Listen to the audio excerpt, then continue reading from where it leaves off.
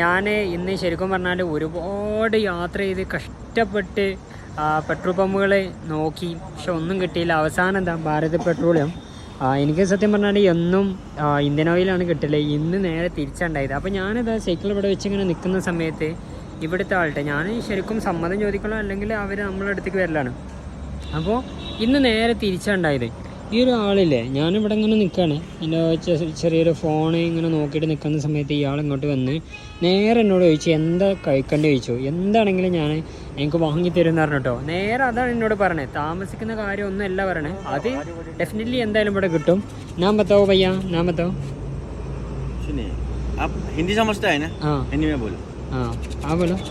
मेरा नाम विनोद है. Okay, thank you so much, धन्यवाद. ओके, अच्छा है, अच्छा आदमी है. ठीक है. हमारा नाम विनोद है. आप इतना दूर पैदल आया है. अच्छा, आपको हम इज्जत दे दिया ना, इधर आया.